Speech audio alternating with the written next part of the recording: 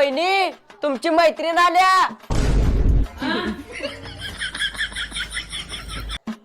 अगं गौरी मी मध्ये ये. भाऊजी तिला आत पाठवा. हा पाठवा आत पाठवा. काय ग ज्योती काय करतेस घरामध्ये? बाहेरूनच कशाला आवाज देतेस?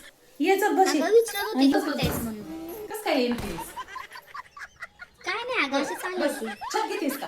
नाही नको नाही नको. जेवण कर की. अगं स्वयंपाक चालूच आहे माझा.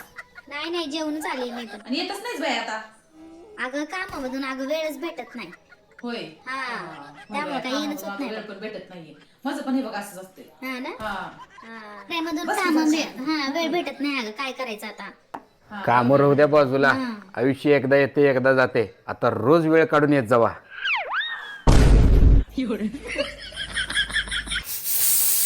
जा की किचन मध्ये ते डाळ करपून देईल की.